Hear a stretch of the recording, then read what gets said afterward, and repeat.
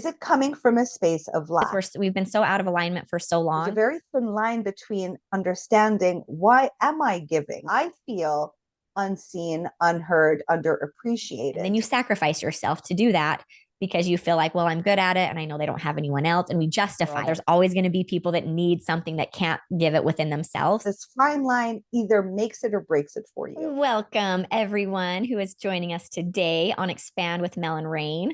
We are really looking forward to the topic that we have today, which is all about giving and kind of debunking that. And we realize that it tends to be the sensitives of the world that just give and give and give to almost like depletion of themselves. And I have found myself in this kind of in this program, this old program that deserves to be looked at and questioned and to see if there's a better way for inner freedom and self love and acceptance and all the things, and to find more inner peace and joy, which is what we all want in this world and what we need in this world. So I've realized, the religion that I was raised in, it really was focused on serving others, serve others, serve others. That was the focus. And in fact, if you're feeling bad, go serve others. If you're struggling in your life, if you're sad, if you're depressed, go serve others. Give, give, give, give.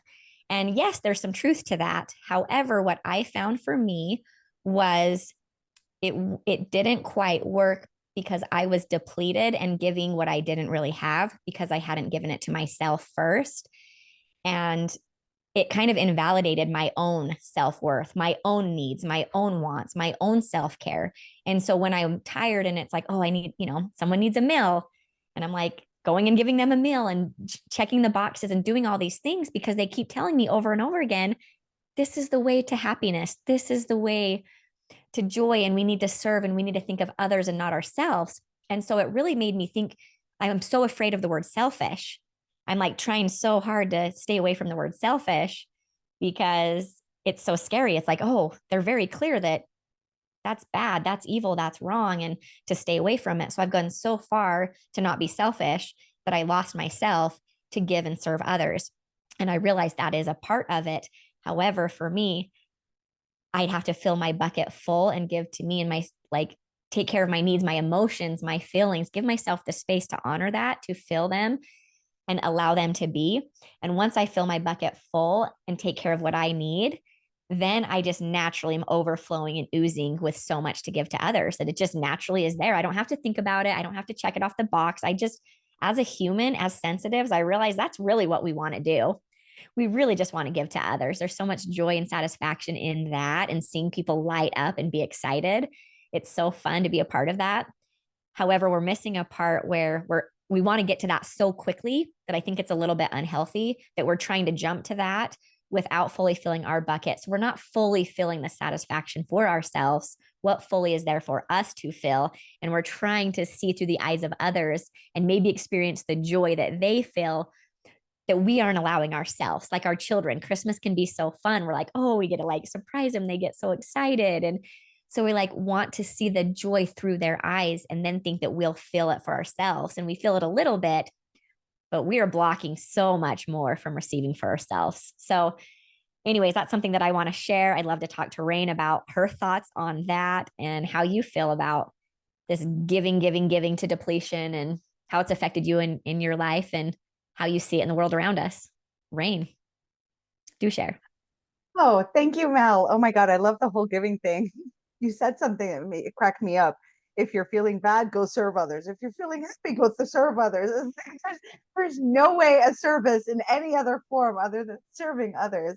I have a similar religious background too, which is constantly in service of others. And you don't exist basically, right? So there was like this point system, it's like playing the lottery, right? Oh, I fed this many people this much food, and so now it's, now I built my heaven, or and all that. And so it builds a lot of like, it builds people to be constantly in a state of like anxiety, to say the least, right? Because you don't know, if you can't hear the ching ching ching, you don't know if you've won or you've lost or you've done enough. You're constantly anxiously waiting for the end result, right? And that only happens when you die. You figure it out. But yeah, so I thought that was so funny that you're feeling bad, so go serve others. So what I understand when it comes to givers, because of course me and Mel are givers, and probably all of you watching are givers, which are, like Mel said, the sensitives of the world, the people who are truly constantly empathizing and having compassion for others and feeling with others, therefore giving others what they would love to receive. And in the world we live in today, givers are being asked to stop giving. They're being asked to give themselves more than give others. And I truly believe that it's gone a little out of whack, in a sense of it's it, it's not asking givers to be um, more selfish, but it's asking givers to stop giving. Now, if you are a giver, this is something you've prided yourself on. This is something that you've given yourself the title of. This is something that is your identity 100%. And to ask you to stop doing that, because in the space of giving, this is where you felt really good inside. This is where you felt worthy. This is where you identified. This is where that's what allowed you to connect with new people in different ways. Giving was the source of everything. Even so, as a child, also giving your parents, like trying to make them laugh, trying to make them feel like, oh, you're not a burden, like that's giving. So the fine line between it isn't to stop giving others and to give self. What feels to be true is that there's a very thin line between understanding, why am I giving? Okay. And it's not, why am I giving? That means I'm a good or bad person. It's none of that. Is the source of my giving, is it coming from a space of lack? Is it coming because I'm driven to give because I feel unseen, unheard, underappreciated? And so is my giving because I'm waiting for something in return? It's a very, very fine line, but this fine line either makes it or breaks it for you. So let's say I am going to help a neighbor um, move furniture, let's say, or move something out of her house, let's just say. And I'm going to go do that act. So now, because I'm a giver, this is something that brings me joy, that I'm helpful, that I'm offering service to another person. Now, let's say I'm going in that. I just have to tune in and ask. So there are lots of givers that we're very, like, there's a broken aspect inside. And the broken aspect is, if I offer help, then I need to receive it. I need the same to come back to me. I'm giving it for this person to appreciate me, see me, tell everybody how good I am. There's something murky happening in the background that we're unaware of. There's like a murky thing happening. Now, there is nothing wrong with giving. I think the whole world should continue to continuously give, but to give because it's going to benefit me at the end, that isn't really giving. That is a part of me that I haven't healed, worked through, or seen. You don't even have to heal it. Honestly, you just have to sit. So, oh, I'm going to help my neighbor because she said bad things about me before, or I have to prove my worth to her, or it would be so cool because she'll tell the whole neighborhood. Something is happening in the background. It doesn't mean you're a bad person, nothing at all. It just means that as a child, you were never seen for who you were, but only seen by that which you gave the people around you. And you kept trying different ways to see, do they see me here or from here? If I do this, if I do that, and it honed in, oh, when I carry heavy things for dad, he gets happy. When I clean the kitchen counter for mom. So you start to assess what kind of giving you can give as a giver so you can receive from a kind of appreciation. Now, that kind of giving is exhausting, first of all, because you start to feel really bad about who you are. You sit and you wait for people to give you back. Then you're like, oh, I give too much. I'm too kind. And I've heard it a million times, right? With all my clients, well, I'm too much of a giver. I'm too kind. I'm like, what does that even mean? If you say, I give too much and I'm too kind, there's no limitation to giving or no limitation to kindness, except if you are waiting for something in return or you feel that you've been taken advantage of. And no one can take advantage of you unless your mind has told you something about, well, when I do this, I'm supposed to receive this in return from someone. This is what they will give me, right? This is what I will get, which attaches also to the religious connotations, the religious upbringing, any religion you've been bought in, there's heaven and hell. There's, if you give, you will receive this, right? From divinity, from something, right? So now we want it in a 3D way. I scratch your back, you scratch mine. Now, if nobody's scratching your back when you've scratched someone's back, it's because you've scratched that person's back, waiting for them to scratch yours. Okay. So now you feel like you've given too much. Why? Because you've gone way out of work to offer the thing, and it doesn't bring you joy because you're exhausted, you're depleted, and you're waiting. So giving for light workers, empaths, the sensitives of the world, all of these beautiful beings, to give is to give in which it still provides me with joy, that I'm offering it and I'm waiting for nothing in return. I'm not waiting to be seen. I'm not waiting to be felt. I'm not waiting to be appreciated. And I'm not going to wait for that one specific person to be nicer to me or to appreciate me. So it's a different kind of giving. So givers never give up giving, right? Because you give to a certain degree, but you overgive so much because now you're waiting for something. So how you do this? And I'll get into how to do this after. I need to just ask you, we'd love you to please remember to subscribe, to press like, to leave your comments at the bottom, to leave your questions. Make sure to, of course, check out our Buy Me a Coffee. Mel is going to go to discuss even further with you. But please don't forget to just lavish us with your love, because we need that support and it feels really good. And we'll go back into the topic now. So how can you givers basically know the difference between I'm giving in anticipation of, or I'm giving because this is what sparks me, my heart with happiness? So one way of starting this journey is when you actually give someone something, just to practice it, but they don't know who's giving it. Okay. You do something for a stranger, so you're not waiting for anything in return. So start it off just like that. Why? Because you're going to feel a sense inside, because you are your own, I call it the God compass. Your body's your God compass. Your godliness in here is going to show you. So let's say you do an act of kindness. Okay. So I'll give you an example, because me and Mel were speaking about this today, and this is what provoked the conversation. So we were brainstorming ideas of like doing things on Instagram, which are going to be exciting and lighting people up, and experimenting or experiencing joy in this journey we're on. And I was like, oh, we should do something cool, like put little post-its, I don't know where, and people find them and I don't know the result, right? So then Mel said that her and her daughter, they do is, because she's got this jewelry, okay, that she's created. And what she would do is she would leave little, Mel, do you want to share that story? You share what you did.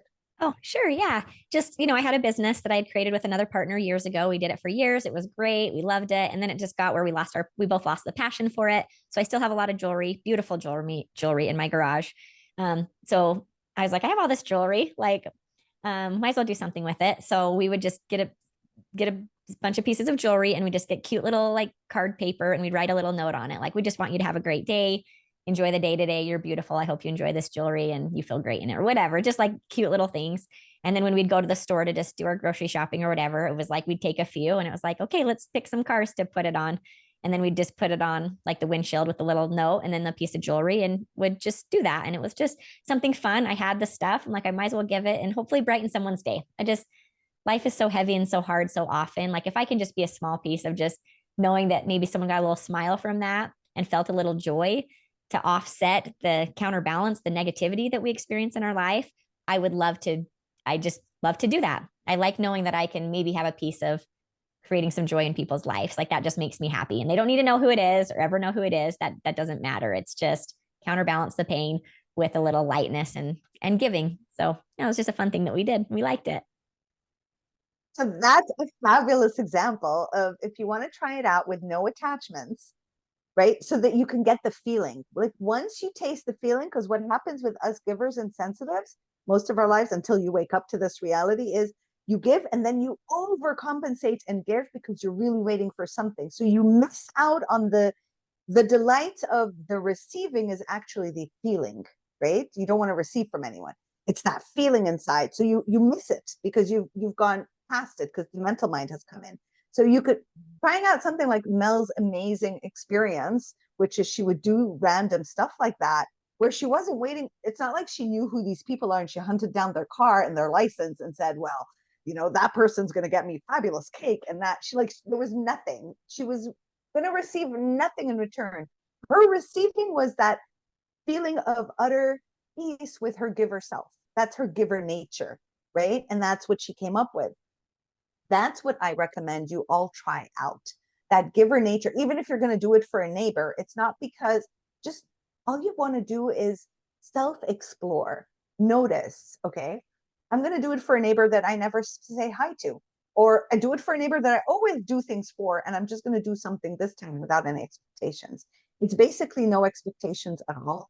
And if an expectation shows up, this is your window of opportunity to understand what part of you, right, is needing something from the 3D, right? Is the need you want, is the one itching, and you're like, oh, there it is. I can feel it. Like it isn't, I'm not receiving the joy. I'm waiting for the joy to come. It's like you're waiting for the joy to come. You're waiting for the thing. So you've lost the receiving part of the giving. So givers, please constantly give. Do not stop giving. Just don't give from a space of you need anything in return. And this practice will help you with your partners, your family members, your children, your friends, right? Because you'll start to notice that, oh, I'll like drop my life for this person. I'll, yes, of course, you drop your kids, pick up the cake, of course you do. And you'll do all this. And when you do that, you've gone past the beauty of giving. You've gone way past it. Now you are in the people pleaser codependent state, right? You're completely somewhere else. You're calling yourself a giver. And then you get upset. And then you're like, well, I called my friend and I've done this so much for her. And then when I called her for something, she said no. Ah, what was that giving feeling? But you're a giver, you know?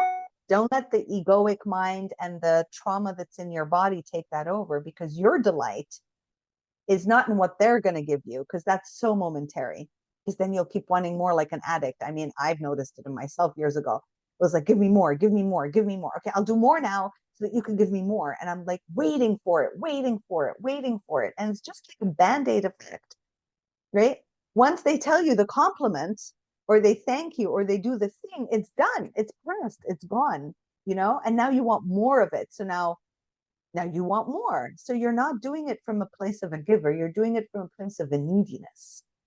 Two very different energies. So what we want to do is we want to start to rebalance the givers, the sensitive of the world. We want to rebalance them back into a different state of being, which is proud to be a giver, because it just makes me feel good. I don't care if this person never speaks to me again. I don't care if they have to jump through hoops. I don't care if I call them and they don't answer and start to ignore me, because I'm not holding a, okay, to they owe me. They owe me because I was nice. No, because I already got what I was owed, which is this fluttery feeling inside, right? Which is my whole body feels at peace. And I feel like I've come home to myself. And it's also momentary. But if this is enough, then you're going to give so much more, because this is enough. That's what you're actually now thirsting for. And nothing in the 3D world, um, no one and nothing in the 3D world you're not a hostage of anyone. You're no one's hostage, right? You're free. This is like ultimate freedom. You're free. So all you need to do is just monitor you. You're the most important person in your world. You're the most important person in your life. So monitor you. Why? Because the most important thing is you want joy. The only reason you're giving to others because you want to feel good. So give to others in a way that makes you feel good, right? Without the end result. I mean, why are we doing all this? Me and Mel doing this podcast because we want to feel good, right? At the end of the day, that's the point. So shortcut. Let's go through shortcuts. What do you think, Mel? Yeah, it's just fantastic. I love it. And the, our goal here is to try to get in alignment, because the truth is we've been so out of alignment for so long, and there's the opposite sides of the pendulum that we've been in. So there's the toxic side of like the people that truly are selfish, that only care about themselves. They don't respect other people. They want everything for them. They don't care about their wife's needs. They only want their needs. They only want people to serve them. So there are those people there. And then there's those that have experienced being with those people in the home that they were raised, or partnership or whatever, that are so afraid to be that they go swing the polar opposite way, where they give and give and give to depletion, where they're just empty. And then what builds on top of that is this resentment and anger that builds after that, because we got out of alignment. So it's like sometimes our bodies will tell us, like we'll know when we've crossed that line. So maybe it's like you do want to give to someone. You're like, you know what, I had this thoughtful idea I want to give to this person. And then you do that, and then it's like, oh, then someone else you think needs something, because the truth is there's always going to be a need out there.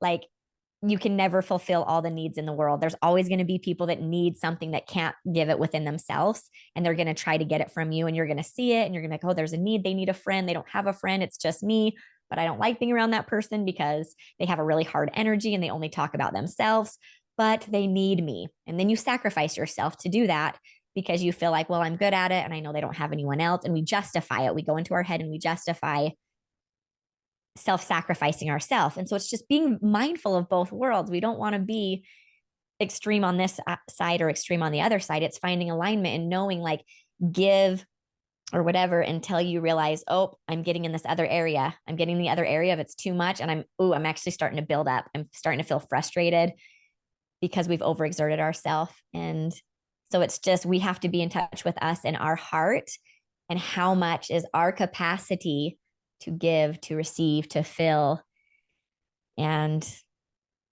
don't go past that. But sometimes it's practice and it's trial and error to know what it feels like, and to fill our body and to trust our body and to see when it's like, oh, that was too much. But I think we need to know about both sides, because the truth is, when I was raised in this religion, all they talked about was serve, serve, serve, give, give, give, give. And so I was like, okay, I just jumped into that, and then I would do that.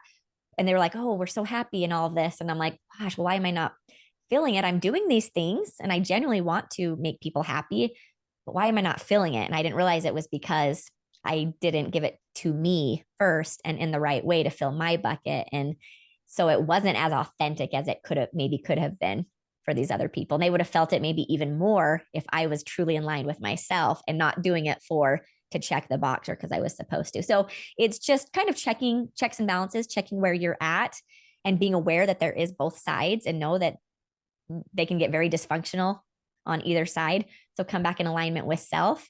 And that's what we're talking about. Check yourself. So It's true. I totally agree. And while you're talking, I love what you said, sweetheart. These four words came up, which is how to check if you're in alignment, because it's so hard to figure out if you're in alignment or not, because you've got so many identities, right? I'm like, I don't even know if I'm in alignment. I'm in an mood. Is that alignment? Like, am I aligned? So with this specific topic, like for givers, um, out of alignment will feel resentful, frustrated, agitation, and in a state of victimhood. So when I'm out of alignment, specifically with being a giver and I'm about to give, when I start to sense these things, like I'm resentful, I'm frustrated, agitated, or in a state of victimhood, I've left my alignment of giving, and now I'm like where Mel said, I'm in another spectrum of, I'm not in the giving, I'm not there anymore. Now I'm in the what the world calls selfish mode, right? I'm only giving you for me because I have something, I want to receive something in return. So just watch out for those emotions. Maybe this is maybe your, the thread to further discover yourself. Just know, oh, I'm monitoring these emotions. I'm about to give someone something, but I'm feeling irritable, right? Okay, I don't want to do it, and I'm irritated, or I'm really frustrated because I know they're not going to pay me back, or I know they're not going to do the thing, or I'm really agitated. I'm pretending to be okay, or now I feel like a victim. Nobody loves me. Look, I do so much for the world and nobody does for me. These are all signs that you as a giver have left that beautiful spot of giving and gone into that other realm that feels bleh. Yeah. So use these 4 words. Oh, and when Mel was saying about being selfish, I do have an incredible PDF you guys can grab and buy me a coffee called Selfish versus Self Love. Small little thing, going to be super helpful for you. A lot of people have a very hard time figuring out the difference between selfish and self love. And so we'll put that up there, Mel. What do you think? Have I that love there. it. Yes. Oh my gosh. Yes. That will be such a great offering. Such an important topic that honestly, it's a big topic. And so many of us are confused with it. And we're like, well, what's the difference? And I don't, like I have these conversations with people close to me often. They're like, I just don't want to be selfish. I'm like, it's not like this is self-care. This is self-love. Until you start being disrespectful of other people, it's like keep filling your bucket of what you need, what you want, what makes you happy. We need more people to be joyful and happy in the world. This was a dark world that we live in. So it's like if you keep saying you're selfish, then you're not giving to yourself. You're not filling up your happy bucket. Therefore, you're not oozing happy in the world. So maybe that's selfish. It's selfish of you not being selfish. Selfish. Really, the world needs you. The world needs you to be happy and to fill your bucket and to take care of you, but just not in the expense of somebody else. That's the part where it's like, no, you are being selfish. As soon as it's hurting somebody else, where you're being disrespectful to them or hurting them, that's where it's crossing a line. But if it's just you realize I'm an outgoing person, I'm social, I need to be around people. Okay, well, my spouse is more an introvert. So for me, I felt like I had to just be more of a homebody because I needed to be with him. And so it was like, but no, like I need to get out probably more than he does. I need to be around friends. I need to plan things, or I feel like get bored, like I'm a social person. And so I did disrespect myself and, to try to people please somebody else or try to match their energy and their vibration. And for me, it's just coming back to my self respect of knowing, like, no, I am different. I am an extrovert. As an extrovert or as Mel, whatever, I don't need a label. As me, I need to be around people. I need to have fun. I need to go to karaoke. I need to go plan something with girlfriends. Like I need that fix. And I'm not going to be made to be made selfish. And the truth is, I would believe everyone's stuff, or just that, yeah, I don't know, whatever boxes of, oh, I'm married. I can't do that. That's what you do when you're single, go dancing or do these fun things. And it's just rewriting all of that of coming back to what I need and not feeling guilty of being me. So that's a process. It's coming home. All of this is coming home to you. And this is one of the aspects we're talking about is this. It's a good topic. Very good topic. It's a very deep. We can go into other episodes about guilt and self love a lot more. Mhm. Definitely. Like once you open us up, people, me and Mel can just go on and on and on and on and on. Yep. We're just focusing on one topic to not overwhelm you. So you're welcome. We'll try to keep it on topic. I'm not going to squirrel. I'll save that for other times when I'm talking with Rain. So I love it. Yes. So I think, are we complete? Do you think there's anything else to discuss about this? I think we can wait for people's questions. That would be amazing if you guys have questions to ask us. Yeah. Really, it would really help. Because the truth is, there's so many topics we're excited about to talk about and different things. And we have a list of topics, and it's like we kind of flow with it. With honestly, the morning of, it's like, which one do we feel passionate about? What have we been experiencing in our life? What is one that we feel like resonates right here, right now, that truly will resonate with others?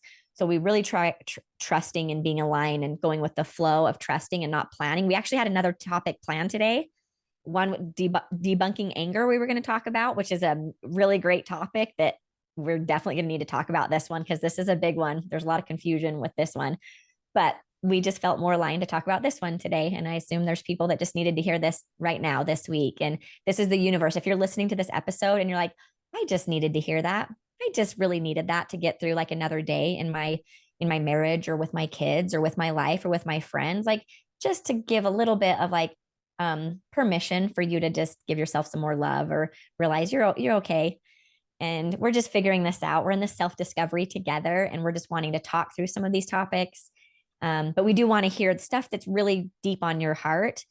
And if we see a pattern of people that really want to hear about certain things, then I'm assuming it's stuff that we need to hear too. And it's going to be a gift for us. By you just asking the question, it's going to naturally, by you being brave and courageous to ask for your needs or what you want, we're creating the space, we're opening it up for you. By you doing that, it's going to be a gift for us of maybe something we're like, oh my gosh, I would love it. Yes, I'm so excited to talk about this. Thank you, person, for bringing this up and asking the question. Because yes, this is next week's episode, and if you're feeling it and we're feeling it, then there's others that are feeling it too. So yeah. Perfectly said. I love it. Oh my God, I was listening to you and I was like, oh my God, so well said. I love it. That's like whenever you talk, I just sit there. What is she going to say next? I'm not saying a word. I'm just going to sit here and absorb and sponge it all in. I'm glad I can do that too sometimes. That's good. Yes, you can do that. Oh, so what are those beautiful earrings, Mel? Oh, yeah. So if you didn't see, these are something, actually, I need to go add them. I'll add them on Buy Me a Coffee, but they will be there. So these darling earrings that I have, oops, they're super cute. They're just like little stones. They're like this little teal and then like light brown and darker brown. They're just really pretty and simple. They look really cute. I have this darling little bracelet that has got this teal turquoise stone. And it's actually an aromatherapy locket. You can put aromatherapy ball in it with essential oils and you can smell it throughout the day. So days where you're like feeling tired or depleted, or days you need more energy, you need a boost of energy, or days you have anxiety and you need calm. Most people have essential oils, so you can add any essential oils to it if you're into that. I know that's a nichey thing, or you just wear it. It's just a regular bracelet with a locket that's really cute, or you can turn it into aromatherapy jewelry bracelet. So we have these on Buy Me a Coffee, which is where we have really cute jewelry, and we have digital downloads that Rain has shared, some beautiful things that you can purchase, the one that she had mentioned earlier in this.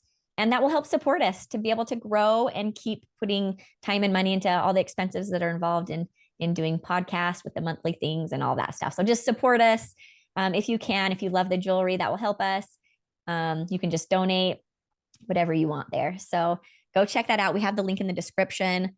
Also, please like, comment, subscribe. That helps us kind of with the algorithm and growing. And also, we do want to know your comments and your questions so we can talk about it and have these conversations. So thank you for listening today. We're so happy that you joined us today. We're excited for next week. I'm really excited about what the topic's going to be. We don't know yet. But yeah. And don't forget to get on Instagram. Please go to the description at the bottom, follow us on Instagram, the whole other world there that you're going to experience more of me and Mel in different ways. Yes, this is going to be the playful, fun version. And we're going to have you guys, if you want to connect with us and share, we've got lots of fun ideas there to really get involved with us. So follow us there and we'll catch you on the next episode. Bye.